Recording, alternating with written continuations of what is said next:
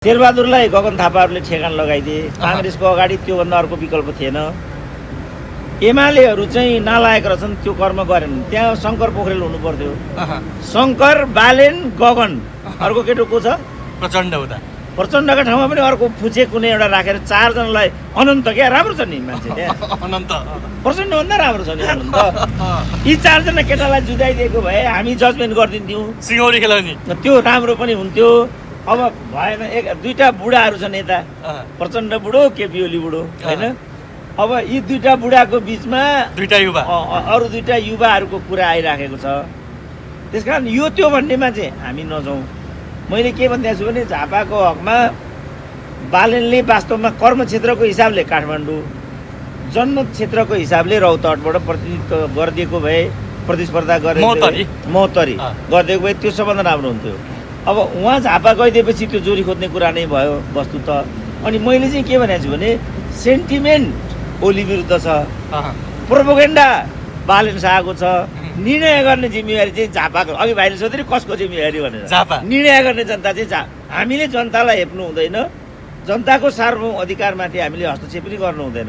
अब हेरौँ झापाका जनताको बुझाइ के रहेछ, उनीहरूको चाहना के रहेछ, पर्खेर हेरौँ, त्यही नै राम्रो। अब रवि लामिछाने, कवि लामिछानेतिर चाहिँ नजाउँ, त्यो व्यक्तिगत कुरा हुन्छ। फेरि प्रचार गर्न आयो भन्ने हुन्छ। प्रचार गर्न होइन, तपाईँ विश्लेषक हो, यो भूमिमा हुनुहुन्छ, यहाँ भूमिमा भेटिनु भएको छ, के पाउनुभयो भन्ने कुरा। मैले यहाँ के पाएँ भने चुनावी माहौल पाइनँ, चुनावको कुरा कसैले पनि गरेन, चुनावको परिवेश छैन यहाँ। मैले देखेको त्यही हो चितवनमा पनि। के छ, कस्तो देख्नु भएको छ? तपाईँ त एउटा प्राज्ञिक मान्छे होइन, यत्रो एनालाइसिस गर्नुहुन्छ, पोलिटिकल बेस्ड एनालाइजर। आजको दिनमा नेपालको अहिलेको राजनीतिक अवस्था हेर्दाखेरि यो निर्वाचन कस्तो होला जस्तो लाग्छ? मलाई अलिक अहिले पनि यसको अब खाका चाहिँ प्रष्ट र सुनिश्चित भयो जस्तो लाग्दैन। इमान्दार भन्ने हो भने मैले चुनावको माहौल पनि देखाएको छैन।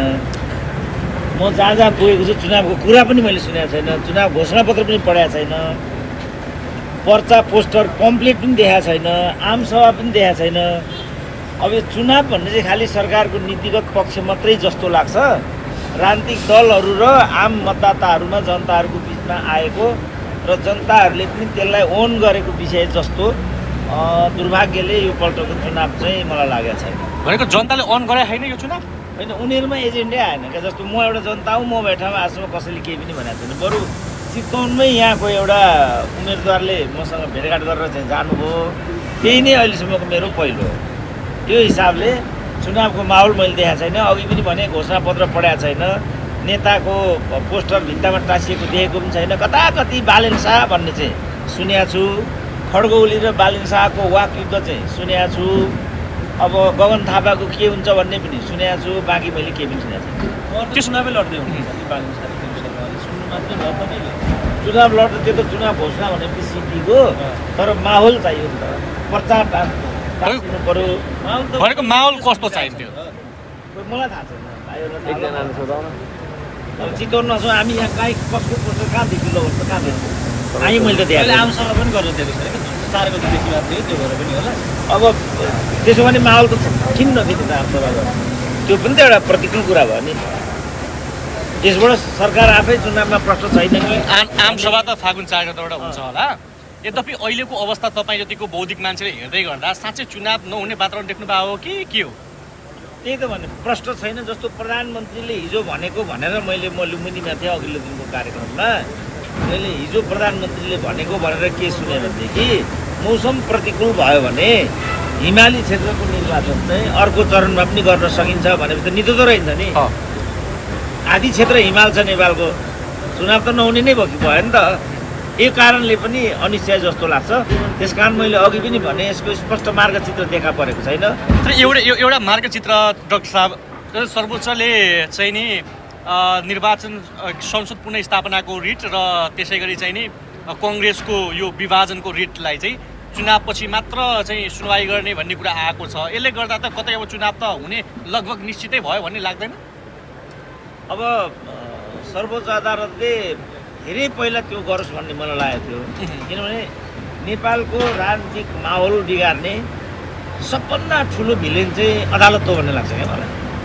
किनभने ऊ कहिले पनि समयमा फैसला गर्दैन, गरिहाल्यो भने पनि सेटिङमा गर्छ र अन्यायपूर्ण गर्छ।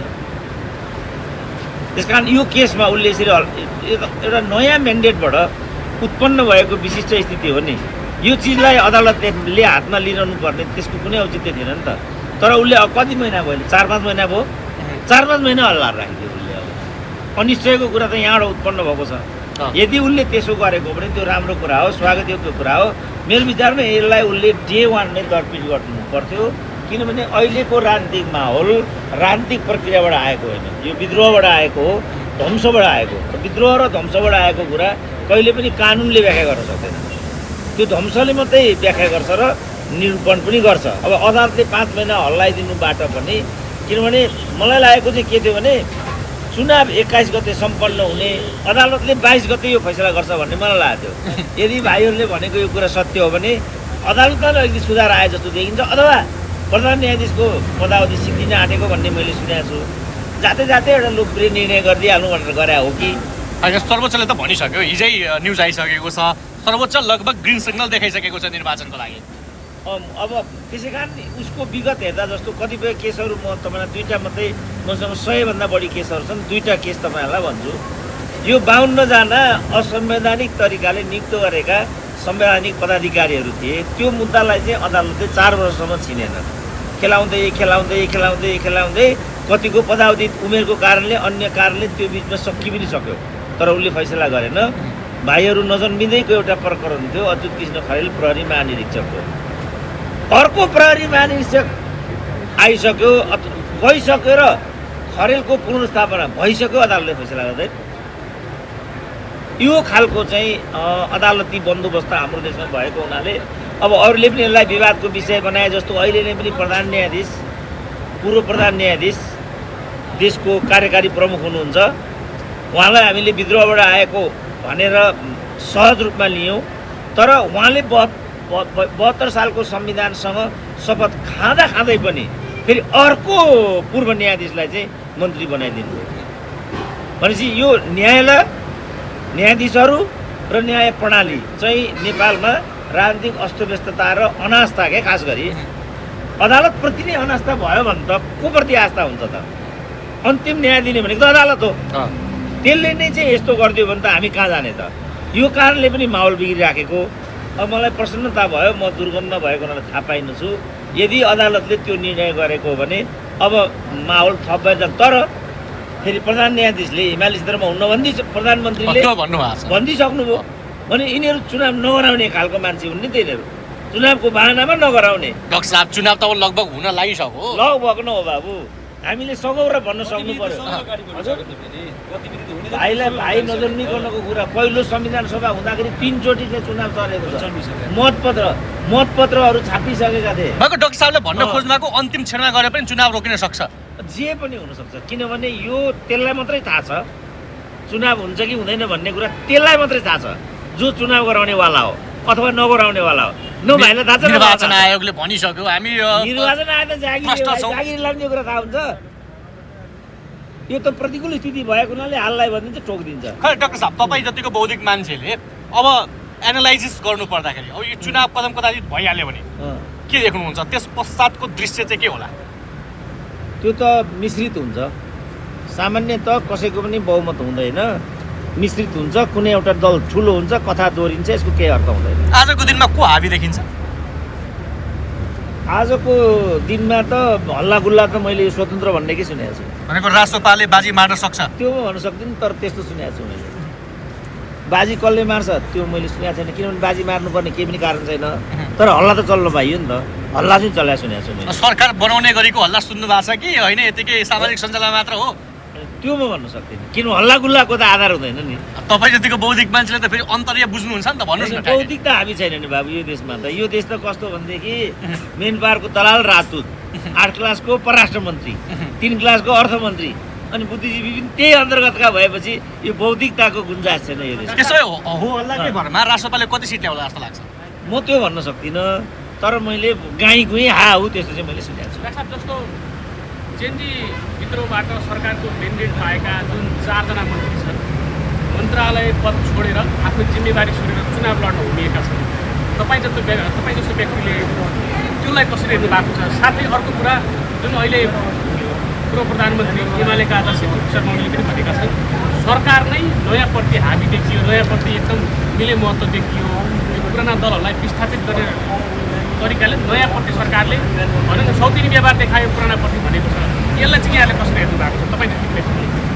अब जसले सौतेनी व्यवहार देखायो भनेको छ उहाँहरूले नै विगत समयमा कस्तो व्यवहार देखाउनुहुन्थ्यो। त्यस कारण यो प्रश्नको केही अर्थै छैन, किनभने सरकार भनेकै आफूभन्दा भिन्नलाई दमन गर्ने साँचो हो। सौतेनी व्यवहार त गर्छ त्यसले, सरकारको नेचरै त्यही हो। अब अर्को के प्रश्न गर्नुभयो तपाईँले? मैले बुझेँ।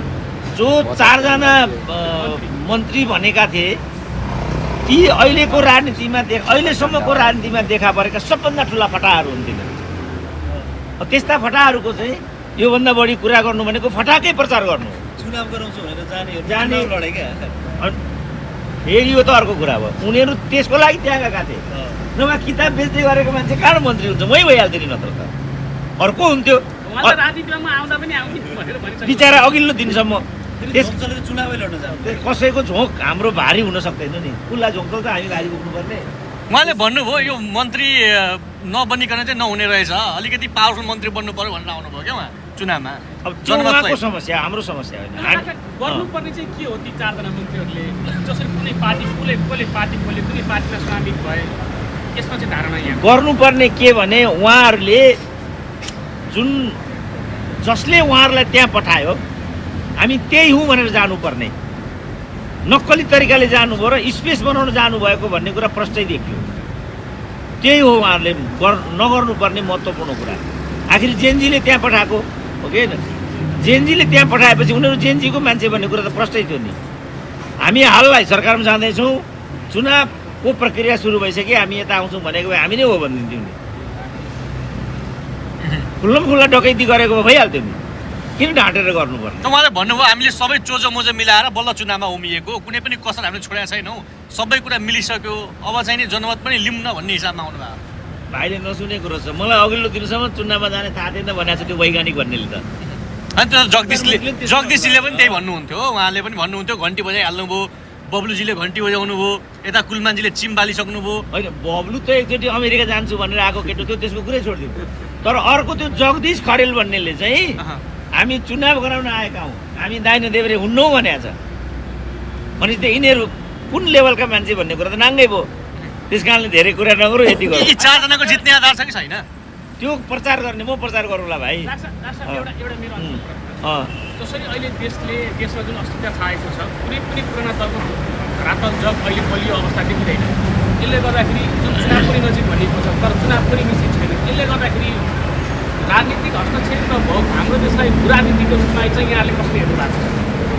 अब वातावरण अस्थिर छ भन्ने कुरा हामीले अघि कुरा गऱ्यौँ, यो लामो समय यो बारेमा कुरा गऱ्यौँ। जहाँसम्म भू राजनीतिको कुरा छ त्यसलाई चाहिँ म अघि भाइहरूले पढे लेखेको कुनै के राजनीति विश्लेषक भनेको छ नि त, त्यो हिसाबले भन्नुपर्दाखेरि चाहिँ राजनीतिको 2टा आयाम हुन्छ, एउटा बाह्य एउटा आन्तरिक। र राजनीतिक शास्त्रका दृष्टिकोणले चाहिँ भू राजनीतिलाई द्वितीय मान्छ, प्राइमरी चाहिँ आन्तरिक नै हो। जब हामी नै बिकाउ छौँ भने कसलाई दोष दिएर भू राजनीति भन्ने?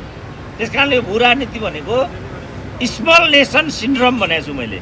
सानो मान्छेलाई अलिकति उपेक्षा गरेर बोलिदियो भनेदेखि उसले मलाई हेप्यो भन्न ठान्छ क्या सानो मान्छेलाई। ठुलो मान्छेलाई जे भने नि फरक पर्दैन। जस्तो ठुला राजनीतिक दलहरूलाई जति गाली गरे पनि रिसाउँदैन नि, मुख फर्काउँदैन नि।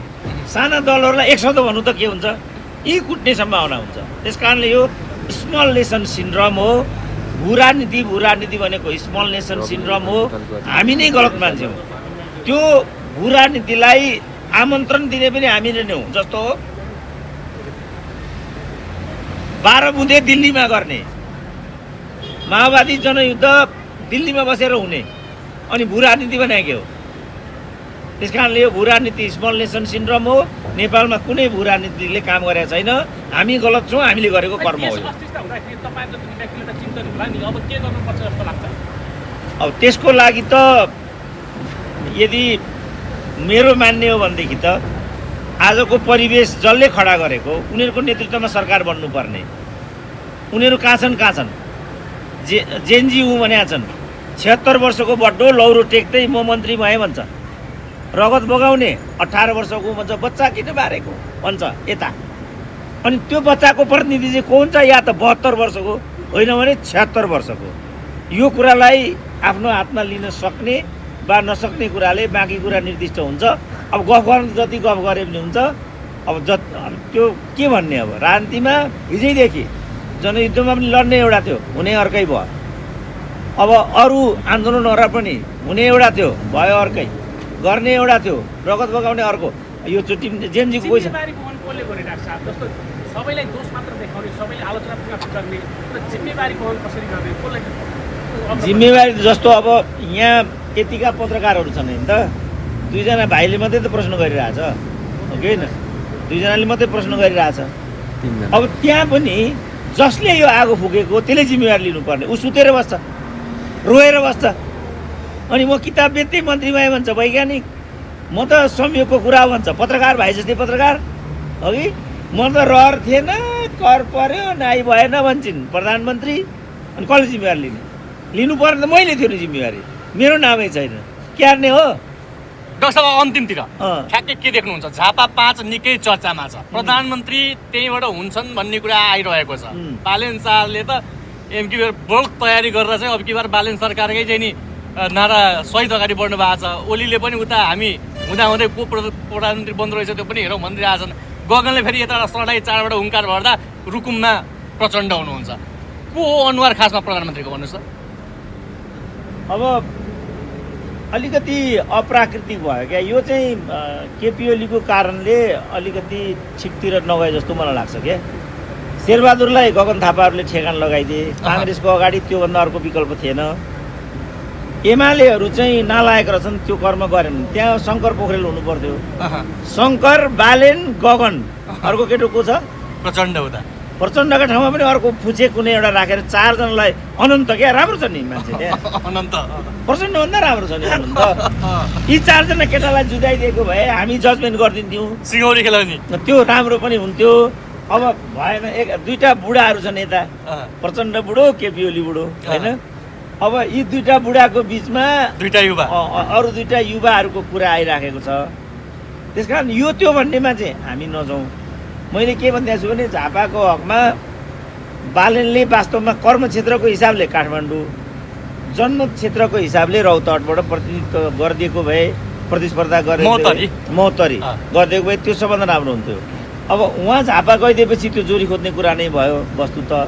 अनि मैले चाहिँ के भनेको छु भने सेन्टिमेन्ट ओली विरुद्ध छ, प्रोपोगेन्डा बालेन शाहको छ, निर्णय गर्ने जिम्मेवारी चाहिँ झापाको। अघि भाइले सोध्यो नि कसको जिम्मेवारी भनेर। निर्णय गर्ने जनता चाहिँ हामीले जनतालाई हेप्नु हुँदैन, जनताको सार्वभौम अधिकारमाथि हामीले हस्तक्षेप पनि गर्नु हुँदैन। अब हेरौँ झापाका जनताको बुझाइ के रहेछ, उनीहरूको चाहना के रहेछ, पर्खेर हेरौँ, त्यही नै राम्रो। यो बतासे अन्डा र उर्वर अन्डाको सवाल पनि आइरहेको छ। यति बेला पूर्व प्रधानमन्त्री निवर्तमान प्रधानमन्त्री केपी शर्मा ओलीले जुन बतासे अन्डाको कुरा गर्नुभएको छ र अर्कोतर्फ आफूलाई उर्वर अन्डा भन्नुभएको छ, खासमा त्यो के हो कुरो? अब यो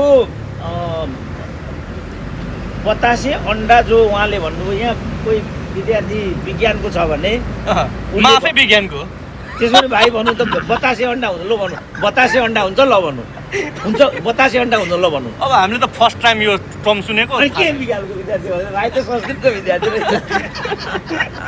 अनि तपाईँले जानकारी गर्नु पर्यो के हो कुरो? त्यही त आई डोन्ट नो एक्चुअली। मैले सुनेको चाहिँ के छ भने बतासे अन्डा भन्ने हुँदैन। बतासे अन्डा हुन्छ भने कसरी पैदा हुन्छ ल मलाई भन्नु। त्यस कारणले यो काल्पनिक कुरा हो। केपी ओली यस्तो तुक्कावाला कुरा गर्नमा धेरै बाटो हुनुहुन्छ। उहाँले भन्नुभयो त्यहाँबाट चल्ला उत्पादन हुँदैन, चल्ला उत्पादन गर्न उर्वर अन्डा चाहिन्छ। उहाँले आफूलाई उर्वर अन्डा भन्नुभएको छ। चल्ला उहाँबाट उत्पादन हुन्छ। बाबा उहाँ आफै निसन्तान हुनुहुन्छ, उहाँ उर्वर हो कि होइन त? केपी ओली आफै निसन्तान हो, उहाँ उर्वर हो कि होइन त? उर्वर व्यक्ति, निसन्तान व्यक्ति उर्वर हुन सक्दा अनि बतासे अन्डा उर्वर नहुने भन्ने कुरा कहाँ आयो? त्यस कारण मलाई के चाहियो भने यो बतासे अन्डा भन्ने पैदा गर्छ कसले? राजनीतिक रूपमा हेर्ने भने बतासे अन्डा पैदा गरेको उहाँहरूले नै हो। नत्र भने बालेन शाह, हर्क साम्पाङ, अर्को मान्छे राजनीतिमा हाबी हुनुपर्ने कुनै कारण थियो? उहाँहरूको अकर्मण्यताले गर्दा त्यस्ता पात्रहरू अगाडि आएका हुन्। अब के हुन्छ त्यो त हामीले झेल्नुपर्छ। के हो झापाबाट घन्टी बज्छ कि बज्दैन? झापा, चितवन, काठमाडौँ कति छ घन्टीको सवाल? प्रचार नगर्नु भएको, अर्काको प्रचार किन गर्ने हो? झोले पत्रकार हुन्छ उहाँहरूले भनेअनुसार है सरकार त बन्छ भन्दैछन्। त्यो उहाँहरूको कुरा हो, हाम्रो कुरा होइन। त्यो प्रचण्डले सरकार बनाउने हो? त्यो पनि म भन्न सक्दिनँ। प्रचण्डहरूले अब प्रचण्डहरूको विजयको कुरा त सरकार बनाउने कुरा त टाढा, प्रचण्डहरूको भरपर्दो विजयको कुरा मैले काहीँ पनि सुनेको छैन। तर प्रचण्डले निर्णायक शक्ति बन्छन् भन्दैछन् फेरि। त्यो मैले सुनेको छैन। उहाँले भन्नुभयो नि पहिलो दल त हामी हुन म त सक्छौँ। भनिहाल्छु, म सबभन्दा ठुलो भनौँला, जान्ने भनौँला, तर दुनियाँले भन्नु पर्यो नि त। प्रत्यक्षमा चाहिँ उहाँ नै अगाडि रे समानुपातिकको सवाल भन्न सकिँदैन, नयाँको लहर छ र समानुपातिक प्रत्यक्ष दुइटै गरेर चाहिँ प्रचण्ड पथ नै अगाडि आउँछ, नेकपा नै अगाडि बन्छ भन्ने कुरा होइन, चाहिँ पहिला उहाँ जितेर आउनुहोस् न अनि भनौँला न। रुकुममा पहिला उहाँ जितेर आउनुहोस् अनि टिका लाउन मात्र बाँकी छ डाक्टर साहब। त्यही त पर्ख्यौँ न, जितेर त्यसो भने के ओली चाहिँ हारिहाल्ला नि त। प्रचण्डको त टिका लाउन मात्र बाँकी हो। बुझेँ, ओली हारिहाल्ला नि, प्रचण्ड बालेन शाहले जितिहाल्ला नि त। कुरो त्यही त हो नि। जस्तो अहिलेको उम्मेदवार हेर्दाखेरि सामाजिक सञ्जालमा भाइरल पात्रहरू बढी उम्मेदवार देखिन्छ। उनलाई न कानुनको ज्ञान छ, न देशको संविधान थाहा छ, न यहाँको भूगोल थाहा छ। यी सबै पात्रहरू चुनावमा घुमिरहँदाखेरि अझै नयाँ पार्टीहरूले बढी प्राथमिकता रूपमा राखेका छन्। तपाईँ जति व्यक्तिहरूले यी पात्रहरूलाई चाहिँ अब आउने पार्लियामेन्टमा जानुपर्ने व्यक्तिहरू जुन यो विद्रोह पछिका जुन हामीले नागरिक अनुहार पाएका थियौँ, ती व्यक्तिहरू सम्भवतः कमी देखिएको छ। तपाईँले चाहिँ कसरी हेर्नु भएको छ अहिलेका विशेष उम्मेदवारहरूलाई? अब अहिले त अहिलेको जुन लहर भयो नि त, यो लहर अनुकूलको पात्रहरू त्यहाँ पठाउन खोजे जस्तो देखिन्छ। अब रिमा विश्वकर्मा, यासिका तामाङ, प्रकाश सपुत भनेपछि त अब के कुरा गराइयो? एलिसा गौतम, त्यस नगरौँ कुरा भाइ। अब किन मलाई फसाउने भाइरल बनाउँदै त्यसको कुरा? ऋषिजीको पत्नी हुनुहुन्छ उहाँ, कानुनको अपेक्षा गर्नु ऋषिजी आफै आउनु भएको छ। तपाईँ राजनीति शास्त्रको विद्यार्थी हुनुहुन्छ, तपाईँले समाज बुझ्नु भएको छ होइन, तपाईँले देश बुझ्नु भएको छ, राष्ट्रिय अन्तर्राष्ट्रिय बुझ्नु भएको छ, त्यसलाई कस्ता कानुन आवश्यक पर्छ भन्ने बुझ्नु भएको छ। कस्तो अपेक्षा गर्ने क्या? होइन, अहिलेसम्म जस्तो योभन्दा अगाडिका संसदहरूको पनि स्थिति, सांसद र संसदको स्थिति हेर्दा पढे लेखेका मान्छेहरू पनि त्यहाँ पुगेको दृष्टान्तहरू छ, तर त्यो अनुसारको आचरण भएको थाहा छैन। जस्तो त्यो एउटा र वा तर भन्ने एउटा थियो नि, त्यो हेर्दै नहेरिकन पारित गरेको भन्ने छ। पढे लेखा त त्यहाँ पनि थियो होला। त्यस कारण कसले कति पढेको छ भन्ने कुरा मैले लेख्दा दोस्रो हो। महत्त्वपूर्ण कुरा चाहिँ को मान्छे कति संवेदनशील र जवाबदेही छ भन्ने कुरा हो। त्यो हिसाबबाट हेर्दाखेरि चाहिँ हाम्रा मूलत नेताहरू संवेदनशील नहुने, जवाबदेही नहुने कुरा चाहिँ हामी देखिन्छ। नपढ्दैमा जवाबदेही बिन हुन्छ, पढ्दैमा कता कता जवाबदेही हुन्छ भन्ने कुरा नेपालको सन्दर्भमा मिल्दैन। जस्तो पृथ्वीनारायण शाहले कुनै शिक्षा पढेको थिएन, तर उनी जतिको भिजनरी नेता नेपालमा आजसम्म पैदा भयो जस्तो मलाई लाग्दैन। जङ्गबहादुर जस्तो स्वाट शासक अर्को थिएन, तर उनले जति नेपाललाई अन्तर्राष्ट्रिय रूपमा प्रस्तुत गर्ने शासक अर्को देखिँदैन। महेन्द्र कानुन र संविधानको बारेमा त सामान्य किसिमको ज्ञान पनि नहुँदाखेरि ती मान्छेहरू पार्लियामेन्टमा पुग्दाखेरि त कतै कतै त देशलाई नै अप्ठ्यारो त होला नि। त्यो कोड राख्न सकिने भयो, तर राजकाज गर्दाखेरि चाहिँ कस्तो हुन्छ भने सहयोगीहरूको, परामर्शदाताहरूको एउटा राम्रो टिम राखेको हुन्छ, त्यताबाट गरिन्छ र यो समस्या आउँदैन। किनभने उसले चाहिँ योग्य व्यक्तिले लेखिदिएको सम्भाषण लगेर सुनाउने मात्रै हो। हजुर यहाँ यस्तो छ, हजुरले यहाँ सही गरिदिनु पऱ्यो भन्छ त्यसले। त्यस कारण त्यो समस्या चाहिँ हुँदैन। तर त्यस्ता किसिमका शासकहरूबाट हामीहरू शासित भयौँ भने जस्तो किसिमको नियति हामीले बेहोरी राखेका छौँ त्यो चाहिँ दोहोरिएको हुन्छ, त्यो खतरा अझ बढेको छ। उदाहरण दिनु एकजना सांसद उम्मेदवारले त के पनि भनेका छन् भन्दाखेरि उहाँलाई यति पनि थाहा छैन कि निर्वाचन क्षेत्र कतिवटा छन् भन्ने थाहा छैन। 165 भन्नुपर्ने ठाउँमा 261 भनेका छन्। यस्ता किसिमका समेत अभिव्यक्ति आएका छन्। मतलब सामान्यसम्म चिन्तन नहुँदाखेरि त्यो मान्छे उम्मेदवार बनिरहँदाखेरि ती मान्छेहरूलाई कस्ता कानुन नागरिकले कसरी तपाईँले देख्न सकिने क्या यसलाई? होइन, नागरिकको कुरा जोडिसकेपछि नागरिक पनि त नागरिक हुनु पर्यो। मैले नागरिकको 3टा श्रेणी हुन्छ भनेको छु, रैती, जनता, नागरिक। अब हामी चाहिँ बल्ल रैतीबाट जनता भएको छौँ, हामी कोही पनि नागरिक भएको छैनौँ। जब हामी नै नागरिक भएको छैनौँ भने हाम्रो प्रतिनिधि हामीभन्दा ठुलो हुने भने त कुरै छैन। जस्तो अमेरिकामा 99% मान्छे राष्ट्रपति हुन लायक हुन्छन् नागरिक, हामी कहाँ मेरो विचारमा 99 लायक छैनन्। तिनीहरू मध्येको एउटा यो देशको राष्ट्रपति हुन्छ, सांसद हुन्छ, मन्त्री हुन्छ, त्यसबाट आशा गर्नुको केही पनि अर्थ छैन यति मात्रै गरौँ आज। डक्टर साहब एउटा क्वेसन एउटा। हामी चितवनको भूमिमा छौँ राष्ट्रिय स्वतन्त्र पार्टी अथवा रवि लामी छानेले चितवन चाहिँ हामी क्लिन स्विप गर्छौँ 3टा निर्वाचन क्षेत्रमा क्लिन स्विप गर्छौँ भनिरहेको छ। तपाईँहरू यहाँ हुनुहुन्छ हामीहरू यहाँ छौँ अहिले यो अवस्थामा विश्लेषण गर्नुपर्दा चितवन राष्ट्रपाले क्लिन स्विप गर्न सक्ला? भाइको त अनुहार बुर्लाकोटीको जस्तो छ, भाइ त पर्दैन नि पर्दैन है, बुर्लाकोटी होइन। होइन तर म इमान्दार भन्छु, म 3 दिनदेखि यो क्षेत्रमा छु होइन, यहाँदेखि रूपन्देहीसम्म चुनावबारे कसैले पनि एउटा पनि शब्द उच्चारण गरेको मलाई अनुभव भएन। भनेपछि चितवनमा रवि लामी छानेले भनेको जे भनिरहेका छन् त्यो सहज छैन। होइन अब रवि लामी छाने कवि लामी छानेतिर चाहिँ नजाउँ, त्यो व्यक्तिगत कुरा हुन्छ, फेरि प्रचार गर्न आयो भन्ने हुन्छ। प्रचार गर्न होइन, तपाईँ विश्लेषक हो, यो भूमिमा हुनुहुन्छ, यहाँ भूमिमा भेटिनु भएको छ, के पाउनुभयो भन्ने कुरा मैले यहाँ के पाएँ भने चुनावी माहौल पाइनँ, चुनावको कुरा कसैले पनि गरेन, चुनावको परिवेश छैन यहाँ, मैले देखेको त्यही हो चितवनमा पनि। अन्तिम एउटा प्रश्न सर, अब अन्तिममा गएर कहीँ कतै फेरि राज संस्था आउने कुरा जुन भइरहेको छ त्यो त हुने होइन? अब राज संस्थाको बारेमा चाहिँ मैले के भनेको छु भने राज संस्था आउने कुरा गौण हो, वाट नेक्स्ट भन्ने कुरा महत्त्वपूर्ण हो। किनभने आयो भने पनि त्यसलाई कसरी धान्ने त? जस्तो माओवादी आयो, के भयो त? रासोपा नै आयो, आछु भएको छ। अनि ज्ञानेन्द्रको त्यो तयारी छ केही भित्र? उनको आकाङ्क्षा होला, तर तयारी छ जस्तो लाग्दैन मलाई। हस्, धन्यवाद। Thank you so much.